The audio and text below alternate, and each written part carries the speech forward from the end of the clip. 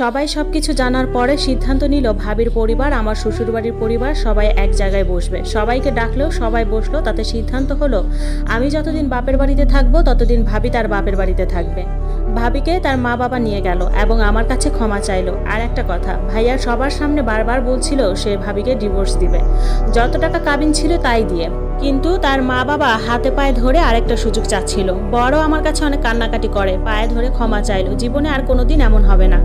আগের মতো সব ঠিক হলেও মন থেকে কোনো কিছুই মেনে নিতে পারছিলাম না। তারপরেও কিছু করার ছিল না, যেহেতু আমি গ্রামের মধ্যবিত্ত পরিবারের মেয়ে, আরও আমার বাবা নেই। আমাদের পজিশনের মেয়েদের অনেক কিছু মেনে নিয়ে বেঁচে থাকতে হয়। আমাদের পরিবার থেকে, পারিপার্শ্বিক পরিবেশ থেকে শেখানো হয় ছেলেরা অনেক কিছু করতে পারে, তারা ইচ্ছা করলেই বউ বাচ্চা রেখে অন্য মেয়েদের সাথে ফিজিক্যাল রিলেশনে যেতে পারে। আর এইসব কিছু মেনে নিয়েই আমাদের মতো পরিবারের মেয়েদের সংসার নামক জেলখানায় বন্দী হয়ে থাকতে হয়। হ্যাঁ, এটাই নিয়ম, আমিও তার ব্যতিক্রম নই। তাই আমাকেও তার সব কিছু মেনে নিয়ে সংসার করতে হয়েছিল। অনেক বাধা বিপত্তি পেরিয়ে আমার প্রেগনেন্সি টাইম 9 মাসে পা দিল। হঠাৎ একদিন প্রচুর হাত পা ফুলে গেল আর আমি খুব মোটা হয়ে গিয়েছিলাম।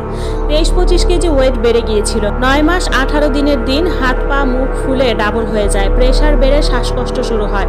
তখন সবাই মিলে হসপিটালে নেয়। ডক্টর সব চেক আপ করে, সিজারের কথা বলে। অতিরিক্ত প্রেশার বাড়ায় সিজার করতেও পারছিল না।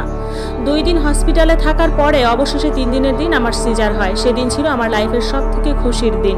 শুক্রবার ছিল সেদিন, তাই ভাবছিলাম তখন হাজবেন্ড পাশেই থাকবে, কিন্তু সারাদিনে তাকে দেখতে পাইনি।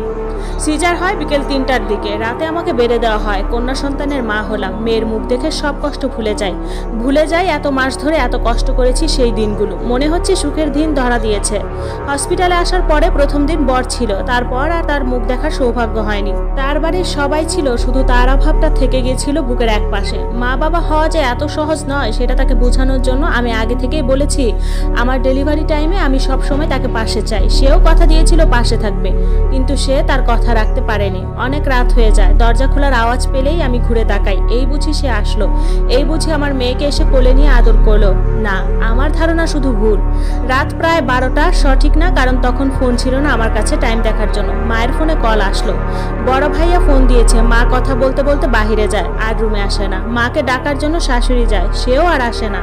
কি আজব, যে যায় সে একেবারে যায়, ফিরে না। প্রায় 30 মিনিট পরে তারা আসে, দুজনের চোখেই পানি। মহিলা মানুষ তো কিছু একটা লুকোতে চাচ্ছে, কিন্তু লুকাতে পারছে না।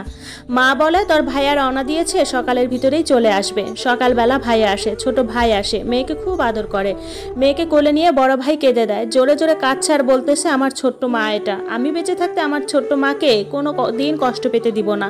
আমার হাত ধরে বলে তোকে সুখ দিতে পারিনি, তার জন্য আমাকে ক্ষমা করিস, মাফ করিস বোন। ভাইয়ের কান্না দেখে সবাই কাঁদে, আমিও কাঁদি। বারবার বলি কি হয়েছে ভাইয়া, আমাকে বলেন, আপনি আমাদের জন্য যা করেছেন তা কোনো ভাই করতে পারবে না। এভাবে সারা দিন যায়, আমি শুধু একজনকে খুঁজি, তার জন্য ছটফট করি, তবুও তাকে দেখতে পাচ্ছি না। তখন